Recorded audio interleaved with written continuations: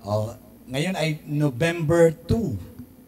Marami sa atin ngayon, every first Sunday of the month, tayo ay nagse-celebrate ng remembering Jesus, ang kanyang death, burial, and resurrection. Sakto rin na ito rin ang sineselebrate ng world na All Souls Day, na remembering their loved ones. Ang iba, hindi na remember, silang ni-remember, silang dinalaw sa bahay. So kung may mga dumadalaw sa inyo pa rin, so kailangan nyo yata ng 2-on-1 discipleship process para maintindihan natin yun. So good morning everyone, welcome sa ating nasa online channel. Hello sa inyo. Welcome to the new series na pag-uusapan natin. By the way, gusto ko lang i-welcome once again kasama namin ngayon sa ating mga YouTubers at sa mga ating mga nasa FB. May kasama kami, may bisita kami. Dito si Yana. Yana, once again, welcome. And of course, si Nikki, kung nanonood ka sa US, Nikki, andito na si Erlyn. Iniwanan ka na. Okay, welcome Erlyn. Nakadalawang buwan din to sa US. At ngayon, ayun, iniwanan si Nikki doon. Parating na rin si Nikki, ilang linggo na lang, JR? 3 weeks na lang at isang taon darating na din. Okay ba sa iyo? Pasado ba sa iyo? So welcome. Ngayon nasa first series tayo ng topic natin na Kingdom Priorities. Itong Kingdom Priorities, kung papansinin ninyo as we go through with the series 5 Sundays ang November, para tayong nasa backward thinking. Kung andito kayo last week, marinig nyo na ito ay backward thinking. The reason kung bakit meron kang priorities in life, para ang iyong future ay successful. Kapag hindi ka nag-backward thinking, itong gagawin natin at pag-uusapan natin, ito ang magsasabi na kayo ay successful. And of course, si Aljan from Masbate dito. Uwi ka na ba, Aljan? Hindi pa. Next week, baka nasa second series nito, nasa Masbate ka na. Okay, uwi ka na. So uwi na to, kaya yung mga taga-Masbate, andito si Aljan ngayon. Dito na to magpapastor, dito uwi. Nag-OJT lang dito, nagpastor na no? Nag-OJT sa Manila. Hanapin ka ng school ninyo. So kingdom priorities are 2-in-1 word feed for the month of November.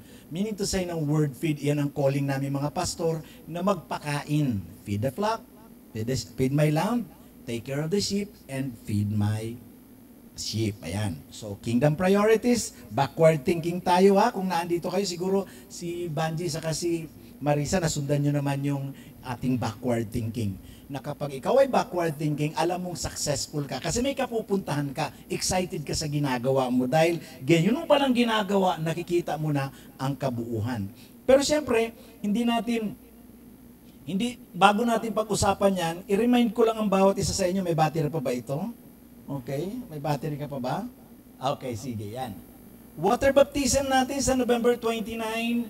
Ang encouragement ko sa bawat isa, please enlist yourself sa attendance natin kasi by bukas ibubuk na natin, magda-down na tayo doon sa ating, andyan kay Kuya JR ang ating listahan ng mga sasama.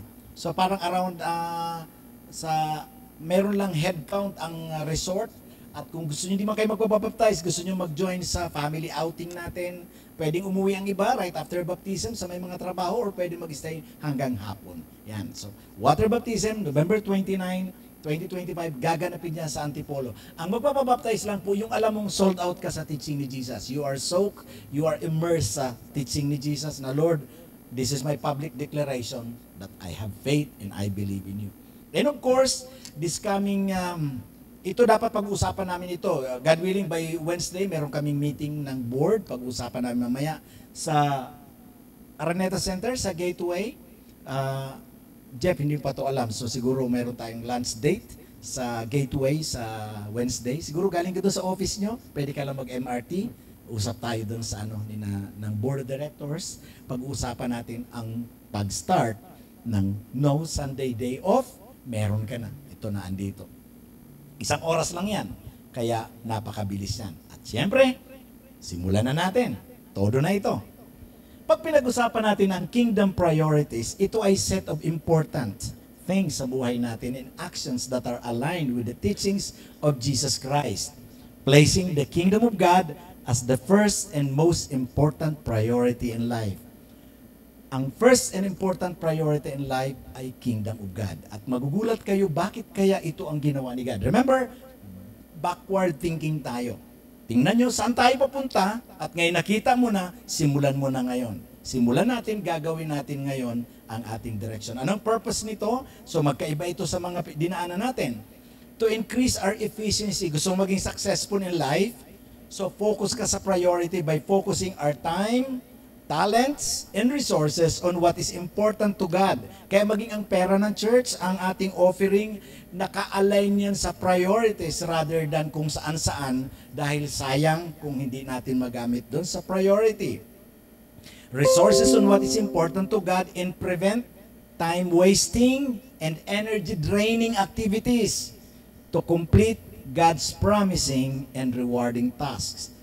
Kapag ginawa natin ang pinapagawa ni God, rewarding yan, promising. At efficient tayo kapag meron tayong priority.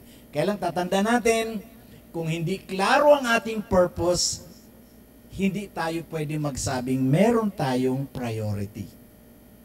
Kasi ang priority sumusunod sa purpose. Ayan. So, balikan natin, ano ang priority ng Bible, ni God, para makita natin. Yan ang outline natin for the next coming 5 weeks. Kingdom, righteousness, family, work, ministry. Yan. Ganun lang kasimple yan. So, bakit naging priority yan, Pastor Dennis? Tingnan natin sa Bible. Kasi ang priority ni God, dapat iyon ang ating priority para yung ating finances, ang ating talents, ang ating... Tumatanda tayo kapag wala kang priority, hindi klaro ang iyong purpose. Kaya may priority tayo kasi nakita natin ang gusto ni God at ngayon, win-work out natin. That's why we are backward thinkers. Okay, let's start with the kingdom. Series number 1, kingdom. Ang sabi lang dyan ay kingdom, which is the kingdom of God. In Matthew 6:33, once again, but seek first His kingdom and His righteousness, and all these things will be given to you as well. By the way, sa inyo nakikinig, almost 1 year, from January to December, ang topic natin ay kingdom. Nakaseries tayo ng kingdom, different, then November ngayon, December, kingdom celebration tayo. Last month, ang topic natin ay kingdom discipline. Ngayon, kung kayo nagsasawa na, wala tayong magawa, wala akong magagawa, kaya sabi ni Jesus Christ, hindi siya babalik, hindi matatapos itong kaguluhan dito sa earth, ang kanyang pagbabalik, kung hindi maituro ang kingdom. Kahit marami kayong makitang signs. Ang laging narinig ko, sabi nga nang tumawag sa akin from abroad, Pastor, ang tinuturo namin dito, puro pagbabalik ng Panginoong Jesus, end times na kasi babalik ng Panginoon. Marami ng mga signs. So kung maraming signs kayong nakikita, parang sign lang yan, going to Bicol, dyan sa Alabang. Sign pa lang yon. Pero kung gusto natin bumalik si God, ang sabi niya sa Matthew 24:14, and this gospel of the kingdom will be preached in the whole world as a testimony to all nations, and then the end will come. So ito ay sigurado, walang sign na pag-uusapan. Pag narinig ito ng lahat, that's the reason why ang 2-1-1 Ministries nakafocus sa kingdom, na marinig nila. Kaya kung gusto nyo pakayaman, gusto nyo mag-enjoy, enjoy nyo lang. Huwag lang kasalanan. Dahil kasama talaga yan sa desire ni God. So, seek first. Ang sabi ni God, seek first His kingdom and His righteousness, and all these things will be added unto you. Ngayon, anong makupupulot natin dyan? Marami nagsasabing preachers at ibang mga nagtuturo na pag pinag-usapan daw natin ang kingdom, iyan ay grace of God. Ang sabi ng iba, people of God. Iyan daw ay church. Okay. Ngayon kung gagamitin natin yung sabi nila ayon sa kanilang interpretation, ilagay natin dyan.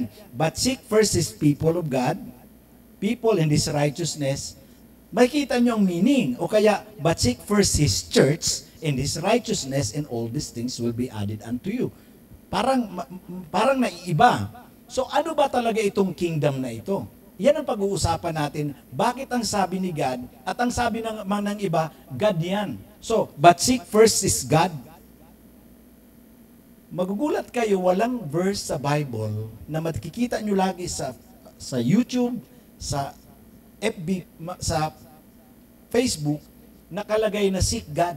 Seek God first. Walang ganong verse sa Bible. Ang nakalagay, i-search ninyo, use your concordance, na seek first God or seek God first. Walang ganon. Sa New Testament, ang nakalagay, seek first His kingdom. So habang minumuni-muni ko yan, bakit walang seek God sa New Testament? Sa Old Testament, merong seek the Lord while He may be found. Bakit kaya? Walang problema ang kingdom of God sa Old Testament dahil kingdom ang form of government ng mga Israelites. King David, King Solomon, di ba mga king sila. Tayo, ang problema nila, ang iniwanan nila si Jehovah, si Lord.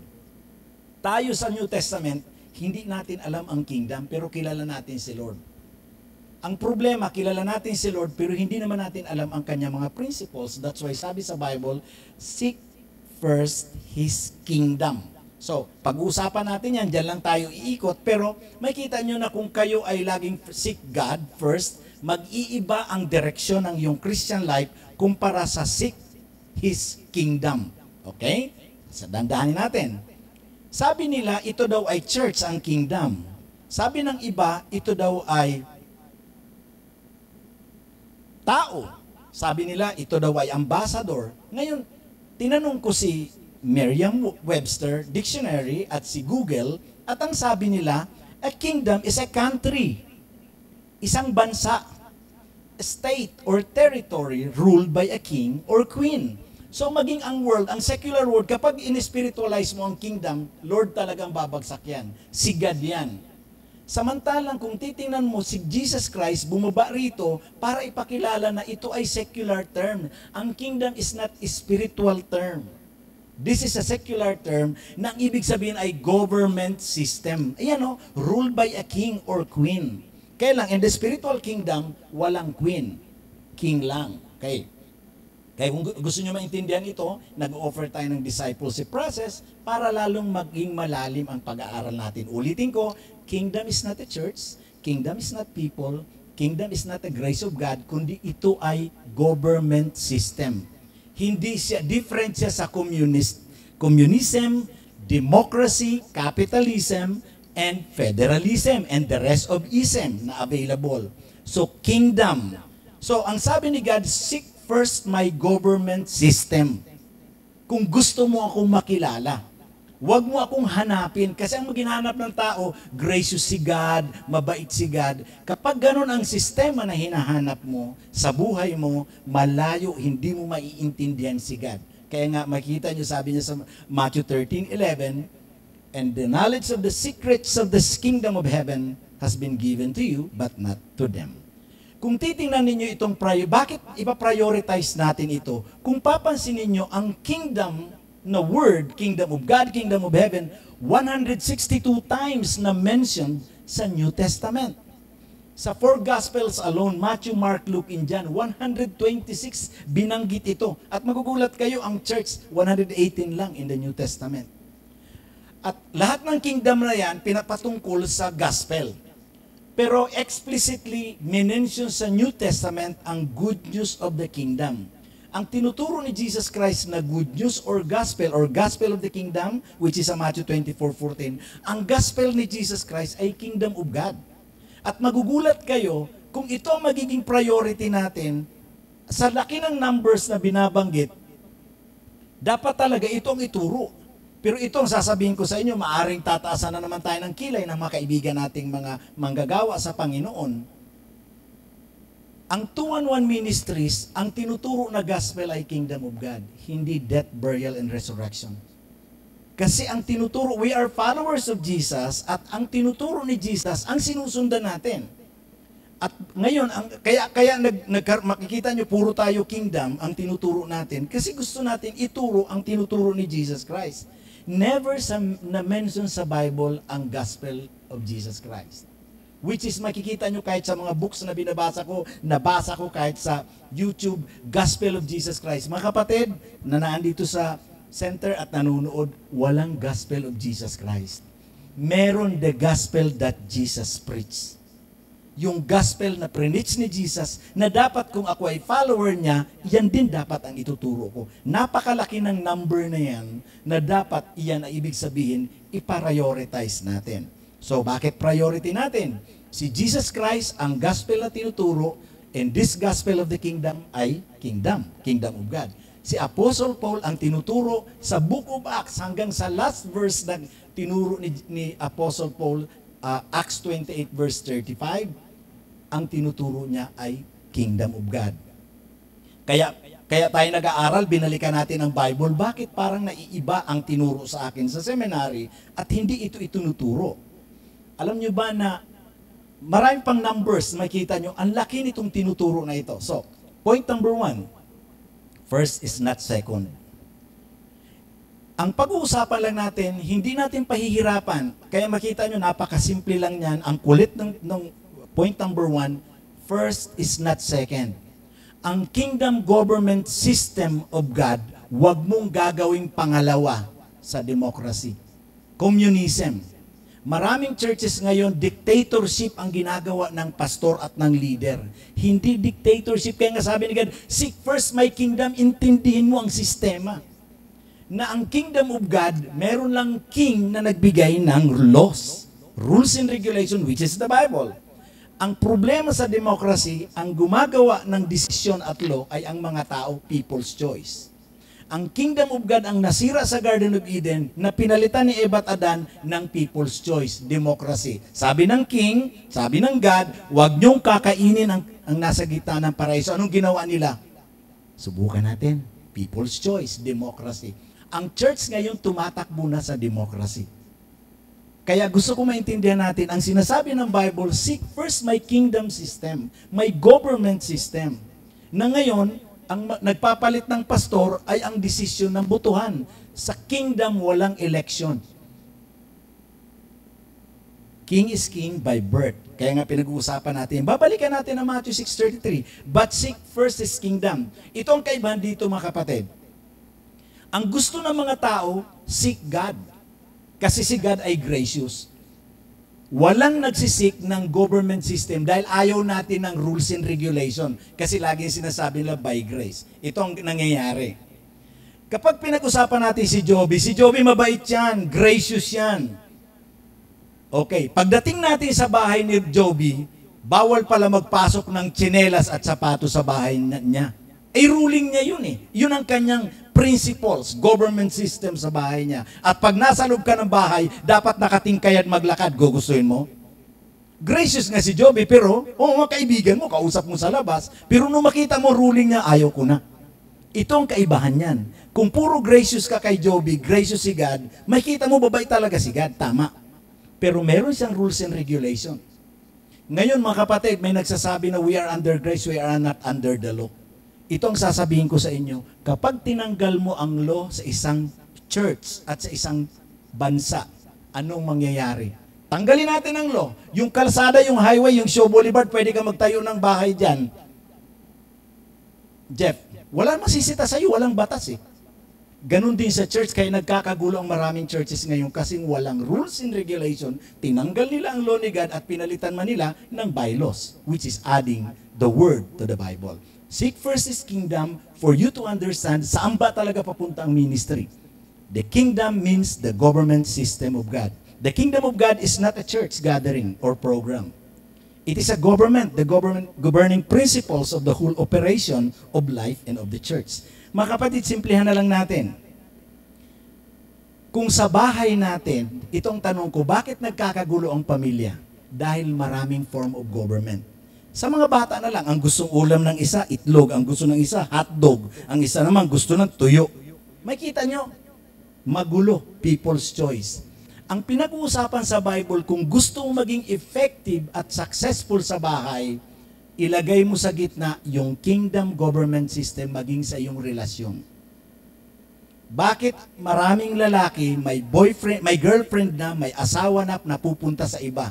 That is dictatorship. Na dapat sa mag-asawa, sa isang pamilya, sa loob ng church, sa isang corporation, ang tanging solusyon ay kingdom government of God. Magkasundo tayo dito. Kasi mahirap talagang magkasundo ang lalaki at babae. Unang-una, magkaiba tayo ng gusto. Sa mall na lang pagpasok nyo, Mia, saan mo gusto pumunta? Saan pupunta si... Magkaiba, kaya nga may men's department, may ladies wear department. Pero saan tayo magmi-meet sa gitna? Kaya dapat sa food court kayo makikita, at least makita mo yan, no? So, tama yun, thank you Alice. Na gusto ko makita ninyo rito, kaya hindi effective ang pamilya. Mag-church tayo, ayaw ko. Ikaw ba basta mag-church ako, tingnan mo, merong people's choice. Kaya nga kung committed ka kay God, dapat kingdom government system ang i-apply mo sa buhay mo. Make the kingdom first and not the second. Kung gusto mo i-bless ka ni God, don't make the kingdom of God the second part of your life at meron kang ibang ginagawa. Kaya kahit anong dictatorship sa church ang gawin, ang tao nagpupumiglas, umaalpas.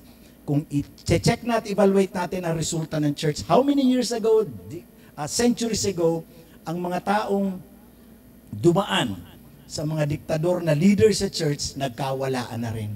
Why? Hindi kasi effective. Ang sabi kasi sa Bible, seek first my kingdom government system. The true good news is the hope of every nation. Family, problematic company. Sa kumpanya, bakit mayroong may union? Bakit nagkakagulo, nagwawala? Kasi pare-parehas may gustong i-apply na gobyerno. Pag hindi kayo sumunod dito, tanggalin ko kayo. Samantalang kung i-apply mo ang kingdom government system, even in your corporation, in your company, in your family, sa pag-aaral mo, makita nyo, bakit mayroong corrupt? Bakit pare-parehas naman sila nasa politics? Ang chaotic nation, ang reason, ito, pansinin nyo ito, mga kapatid, ang burden ko bilang isang pastor, ang calling natin is to reach out the nations. Go and make disciples of all nations. Ngayon, kung ang nations natin na i-reach out natin, ano ang dala nating pag-asa at pagbabago sa ating bansa? Kasi ang tanging pag-asa na magbabago ng isang bansa, Amerika, Pilipinas, Japan, church. Hindi government. Una-una, pag tumakbo sila, dalawa na agad, may oposisyon, administration. Samantalang dito ang pag-uusapan natin, dala-dala ni God. By the way, ang kingdom of God is the spiritual government nasa puso natin. Hindi natin pakikialaman. Kung ang kingdom government nasa puso mo, mapunta ka man sa democratic government, capitalism, federalism, dala-dala mo ang hindi magiging magnanakaw. Kasi sa kingdom of God, meron tayong ruling, don't steal. So, kaya kung bakit chaotic and corrupt ang maraming nations, dahil kailangan nila ng kingdom government system. Simple lang, saan magtatagpo ang ating mga political leaders? Maging dito sa church, saan tayo magtatagpo? Kaya maraming church, nagkakagulo, ultimo kulay ng kurtina pinag-awa. Gusto ko blue, gusto ko green, gusto ko pink kasi puro kami babae. Democracy. Kundi anong word ni God? Anong sabi dito? Hindi si Jesus Christ nag-mention ng ibang form of government para sa ating direksyon at operation ng church. Only the kingdom of God. Kaya kung dito sa atin ang nagdi-decide si pastor lang, kung nagdi-decide dito ay ang congregation, kung sino magiging pastor at ipapalit natin, that is democracy. Ang babalikan natin ay kingdom government of God. Ang ating desisyon, ito ba ang gusto ni God sa atin? Mga kapatid, we tried our personal government. Kumusta ka? Sabi ko nga sa inyo, ang dami nating kaibigan, ang dami ko rin kaibigan na mayayaman, may kulang. Kasi kahit anong gawin mo sa iyong sariling paraan lang, personal government, kukulangin ka. Una-una, wala ka naman langit. Pwede ka tayo dito magkaroon ng 10 trillions na pera sa lupa. Saan ka makakabili ka ba ng langit? Hindi rin eh. Pwedeng yumaman, okay lang ang yumaman, mapasa yun na lahat, pero wag mong kakalimutan ang kingdom government system ni God. Kaya dito sa ating church, ang ina-apply natin ay kingdom government. Hindi tayo dito butuhan. Kaya lang, may issue dyan kasi ang SEC nagre-require na dapat may butuhan. Kaya sa inyo mga nakikinig na mga pastor, kayo na mag-decide dyan. Ipag-pray nyo ang wisdom kung paano nyo gagawin yan dahil meron tayong requirement sa SEC na every year may butuhan. Ang mga leaders direction, saan tayo pupunta? Kung may question kayo, pa-comment na lang sa baba dahil hindi natin pag-uusapan ngayon yan dito. Okay, kung gusto nating ma-fulfill ang calling ng church, gawin natin first and our priorities ang kingdom government of God. Hindi tayo democracy, hindi tayo communism, dito sa tulog. By the way, paano mo nasabi, pastor, ng kingdom of God ay nasa loob ng puso mo? Sabi sa Matthew 12:28, if I drive out demons, sabi ni Jesus Christ, by the Spirit of God, then the kingdom of God has come upon you. Naandito siya. Siya ang driving force, siya ang dinamo ng ating buhay. Na kahit pagkasama ko ang pamilya ko, kingdom government ang ina-apply ko. King's choice, hindi people's choice. Wala akong karapatan magbigay ng opinion kay God. Kaya pag sinabi ni God, Dennis, forgive. Hindi, Lord, Lord, nasaktan ako eh. That's your opinion. Sabi ni God, forgive. Kaya tayo nasasaktan, kaya tayo nagkakawindang-windang, kasi we are trying to give our opinion. Gusto natin maging counselor ni God. Alam na ni God ang tama. Pinahihirapan mo lang. Ito tandaan natin, kung ang mga kaibigan natin, kamag-anak natin nagkakasala, huwag mong sasaktan ang sarili natin. Sila ang gusto nun eh. Bakit mo sasaktan ang sarili mo? Okay? Kaya, gusto natin ma-fulfill, gawin natin ito. Then point number 2, ang word na government ay hindi religion. Marami ngayong Kristiyano at naging born again Christian, ang direksyon ay religion. Magkaiba ito. Ang government ay sistema sa buhay. Pag makasama ko mga non-Christian na mga bikers, I'm still kingdom government ang nagururule sa akin. Ang kasama ko na mga kaibigan na hindi man sila naniniwala kay God, meron silang rule kapag hindi nila kasama ang mga asawa nila, iba ang rule nila sa labas. Ako still the same, kingdom of God. At ito lang challenge ko sa inyo mga kapatid, kung totoo talaga tayo na faithful, ang word na faithful sa Bible, ang ibig sabihin niyan, hindi binabantayan. Kaya kung sinasabi natin na ikaw ay faithful at binabantayan ka, hindi ka faithful. Iyan ang kingdom government of God. Iyan ang government. Kaya kung binabantayan ninyo ako na nagtitingin lang sa, hindi mo babantayan ng tao na nagsi-cellphone. Faithfulness means faithful to God, matapat. Kaya kung binabantayan nyo ako, nagpapabantay ka, binabantayan ka ng mga tao para maging faithful ka, hindi ka totoong Kristiyano. Kasi ang totoong commitment kay God, government is a covenant. Government, not religion. Uulitin na naman natin, but seek first His government and His righteousness, and all these things shall be added unto you. Ano ba ang ibig sabihin ng gobyerno? Government system. Na siya ang magpapatakbo. Kaya nga, marami kayo maririnig sa mga networking, sa mga business companies, na sinasabi nila na without a system, hindi mag-work ang isang company. Gagawa ka ng system, kaya nga inyong mga computer may OS, operating system. Kaya ang isang Kristiyano without a system, hindi ka rin mabubuhay, tatamaan ka, kakainin ka ng sistema ni Satan. Kaya nga ang worldliness, ang kingdom of darkness ay isang sistema din na kumakain sa atin. Kaya nga kingdom against kingdom, government against government, spiritual government. Gusto ko maintindihan natin na ang government is the standard government system. Na pag sinabi ni God, that is final. That is the government. Dito sa atin, huwag mo itutulad ang government, physical government sa spiritual government. Dito, no jaywalking, pwede ka maglagay pag nahuli ka. Sa kay God, walang lagayan. Fix si God. Ang kasalanan, kasalanan, huwag mong paglalaruan. Ngayon, ano naman, Pastor, ang religion? Ang religion, ito ay rituals, repetition. Basta umatin ka lang ng church, babaguhin ka ni God. Kaya ang ginagawa ng maraming churches ay puro entertainment. Daming ilaw, pagandaan ng tugtugan, magkaroon tayo ng concert.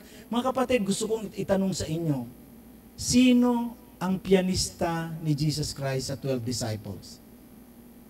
Kaya nga, ang purpose natin, i-focus natin ang ating funds sa discipleship and church planting dahil yun ang ministry ni Jesus. Yun ang kanyang ginagawa. Rather than, ang gaganda ng ating gamit dito na instruments, pero wala naman tayo na po-produce na disciples. More on entertainment. Maganda-ganda nga ilaw natin, pero nakakapag-produce ba tayo ng gusto ni God? Ang sabi ni God, produce fruit that will last. Government functions on covenant and laws are designed to be obeyed. Ang kingdom government ay covenant. Pag sinabing government covenant, meron siyang batas, may constitution ang Bible. Sabi ni God, gagawin ko ito, gagawin mo rin ang parte mo. At magsimula sa salvation, yung grace ni God. Namatay si Jesus Christ para sa kasalanan ng buong sanlibutan. Ligtas na ba lahat? Inuulit ko ito. Hindi. Bakit hindi ligtas? Namatay na si Kristo. Kasi ang sabi niya, tanggapin mo siya bilang Panginoon tagapagligtas. Meron kang part, that is covenant, that is government. Hindi yan religion. Ang iba, luluhod ka ng matagal, sindi ka ng kandila para umakyat sa langit. Saan kayo nakakita sa Bible nun? Ba't maraming gumagawa niyan na wala naman nakasulat sa Bible? Kahapon, kung makita nyo, naglubas ako, nakita ko si Kate, pag uwi ko sa bahay, ang dami nagliliwanag na kandila. Nakita ko yung iba, parang nasa 12. Sabi ko, 12 na siguro namatay sa kanila. Anong ibig sabihin ng kandila ayon sa paniniwala ng iba? Yan ang ritual. Ulit-ulit natin ginawa every November para at least maliwanagan ang patay. Mga kapatid, ang patay ay nahusgahan na. Sabi sa Hebrews 9:27, for it is appointed unto man once to die, and after this the judgment. Wala kang relasyon kay Christ dito, hindi ka makakapasok dun sa Kanya. Iyon ang Kanyang kingdom government system. That's the word. na hindi natin pwedeng baguhin. Kaya nga, may mga laws. Pag sinabi ni God, kaya kung kayo may mga hinihingi at walang nangyayari sa inyo, ayusin mo, baka naman ikaw uma-attend para lang matuwa si God sa iyo. Huwag kang uma-attend dahil para matuwa si God. May part ka in this kingdom government system, which we call Kingdom of God. Nations, corporations, churches, families, individuals without proper governing principles are bound to chaos. Babalikan ko sa inyo. Sinasabi nila, tanggalin mo ang rules and regulations sa bahay nyo. Sinasabi nila, pag-uusapan naman natin sa mga susunod, we are under grace, we are not under the law. Sige, tanggalin mo ang law. Maging sa bahay na lang, tanggalin mo na walang batas, walang rules and regulation. Tingnan nyo kung may maghuhugas ang plato dyan, kung may magsasaing, may gagawa sa bahay.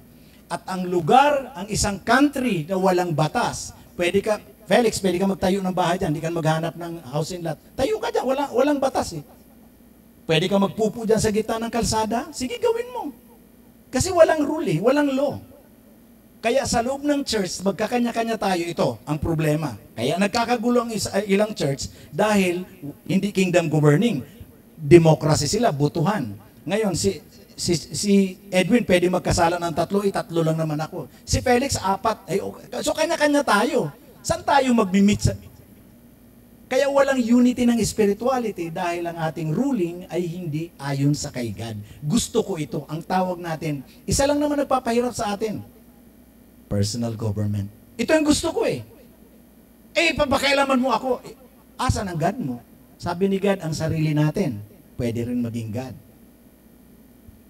Kaya kung gusto mo ng secret para maging peaceful and united ang relationship nyo sa bahay, let the kingdom government system mag-rule sa bahay ninyo. Sa iyong buhay mo muna, simulan mo muna sarili mo. Pag sinasabi natin, mga tao rito hindi nanguunawa, hindi man lang papatawad, ikaw nagpapatawad ka ba? Gusto mo gawin ng iba, ayaw mong gawin. Gusto mong gawin nila yung government system, ikaw, excuse. Walang excuse, lahat tayo gagawin natin ito. Kaya ang unity, magkakaroon lang ng unity kapag may isang gobyerno lang na nangyayari. Spiritual government sa church. Kaya ulitin ko sa bawat isa sa atin, kapag ginawa mong second ang kingdom of God, huwag mong expect na mag-work si God. Kasi ang command niya, seek first. The word seek is a command. Hanapin mo ang aking government system, Dennis. Kapag in-apply mo ang gusto mo, gulo talaga yan. Kung pag-aaralan natin ang ministry ni Jesus, ay focus siya sa kingdom of God. Walang entertainment, walang concert, padamihan ng kulay ng ilaw, walang artista, walang seminars, walang camp. Wala nga si Jesus Christ Kids Church. Wala siyang Sunday School. Pansinin ninyo yan. Anong focus niya? Discipleship. Pero ang karamihan ngayon nakafocus sa evangelism. Wala si Jesus Christ. Maging evangelism, hindi si Jesus Christ. Kung mag-evangelize siya, dinidisciple niya. Mga kapatid, mabigat itong topic natin ngayon na priority. You cannot prioritize a thing if this is not a really purpose para sa atin. Kaya napansin nyo rito, wala tayo rito maraming instruments. Ang pera natin, instead na ibili ng mamahaling instruments, piniprepare natin ngayon. Si Miko, nagpiprepare, nasa Gihulngan City, Negros Oriental. Mag-start na sila to plant a church ng 211 Ministries. At nagpiprepare tayo ng Cubao, Quezon City. Doon nakafocus ang ating finances. Rather than buying so many things, lahat ng expenses na hindi kailangan. Lahat ng wala si Jesus. Kaya tatanungin ko sa inyo, sino ang choir director ni Jesus Christ sa 12 disciples? Wala. Saan natin nakuha yun? Na inuubos natin. Saan natin nakuha yung practice ng Saturday na ginagabi na, tapos kinabukasan babalik na naman? Ang focus natin yung kingdom government, i-apply natin yung righteousness na sinasabi ni God. Do what is right according to God. Hindi yung, kasi okay naman ito, maraming a-attend.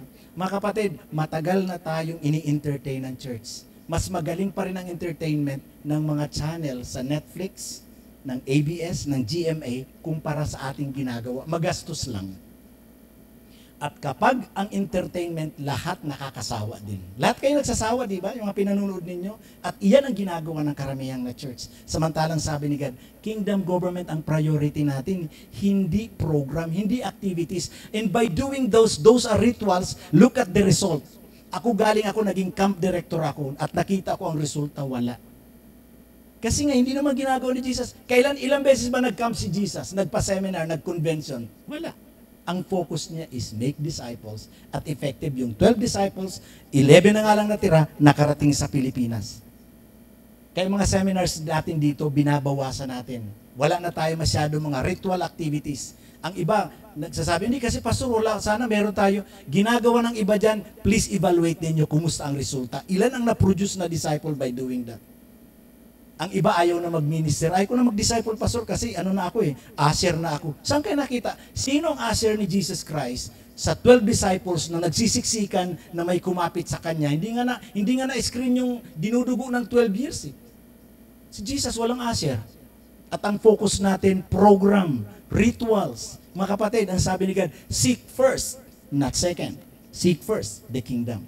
Ang Panginoong Jesus is straightforward sa word and discipleship. Sharing the gospel of the kingdom and followed by power demonstration. Yung mga taong kinain na ng sistema ng world, hindi na makaahon, inalihan na ng diablo, possessed na ng demons, kaya they have to apply power encounter. Yun ang panalo. Kingdom of God means the king is the final authority. Don't change it to other form of government. Kaya dito sa atin, kingdom government dito, pag sinabi ni God, final. Hindi ako pwede magbigay ng opinion. Si Adan, si Abraham nung dumating, final na nakasulat na ang law, ang Bible. Hindi sila pwede magbigay ng opinion. Hindi kasi pastor, sa democracy, pwede ka magbigay ng iyong opinion. Kasi by the people, for the people, of the people. Sa kingdom of God, it's only one. The king's word is final. Ang in-offer ng kingdom government ay restoration, personal development, protection, meeting our daily needs, and saving us from the worries of this life. Kaya nga Matthew 6:33, kadugtong yan. Bakit ka nag-worry? Problema ng kingdom government yan. Saan ka nakafocus? Kaya mga kapatid, ang pag-asa ng pamilya mo, ng sarili mo, ng mga corporations, ng gobyerno, kaya tayo tinawag to go and reach out the nations, kasi yan ang solusyon. Hindi death, burial, and resurrection. Ang death, burial, resurrection is just the entrance to the kingdom government of God. For our application questions, paano magiging solusyon ang kingdom of God kung ito ang priority mo? So dapat maintindihan natin ito. Kasi kung mag-reach out ka ng nation, para saan yan? Number 2, bilang isang citizen of this kingdom of heaven, ano ang naranasan mo na masasabi mong ito nga ang pag-asa ng magulong buhay, pamilya, at ng ating bansa? Kaya kung nag-church ka lang para lang maapis, mabawasan ang kasalanan, you are on the wrong side of life. Kung ako mag-reach out, magpa-plant tayo sa Cubao para lang magsimba sila, itigil na lang natin. We are planting the church sa Gihulngan, sa Esperanza Masbate ngayon, sa Masbate City, si Pastor Benji, at sa Cubao, Quezon City, and we're praying na mag-advance pa because the kingdom of God is the only hope of the families na magulo and nations. Kung totoong may pag-asa sa divorce para sa mga families, anong kasunod? Wala din. It's simply the kingdom of government of God. Let's pray. Father God, we honor you today. Thank you. Mabigat itong tinuturo mo sa amin at dito kami niloko ni Satan, diniceive, na kung ano-anong ginagawa namin sa church. Pero ang katotohanan, walang government system na umiiral sa puso ng bawat Kristiyano. And for that reason, windang. Sinasabi namin may purpose kami, pero hindi namin maipinpoint kung ano ang priorities in life. That's why God, forgive us, cleanse us, and help us, God, to bring this hope, this government system to every individual, companies, families, into our nation Philippines, na siya ang magiging dynamo ng tunay na buhay, kagandahan ng buhay, pagbabago, at pag-restore mo sa amin so that we can go back to this old job order to become an ambassador of Christ for your glory. God, maraming salamat. Ang ganda ng buhay pala. Kung merong sistema like train na merong riles, makakarating kami sa aming paruroonan. Kaya, Lord, Christ, Lord, you are enough for us. Kaya purihin ka, napakabuti mo. Purihin ka ang dakilang pangalan mo, and Holy Spirit, guide us as we serve you, as we live in this world. In Jesus' name I pray. Amen. Palakpan natin ang malakas ang ating Panginoon.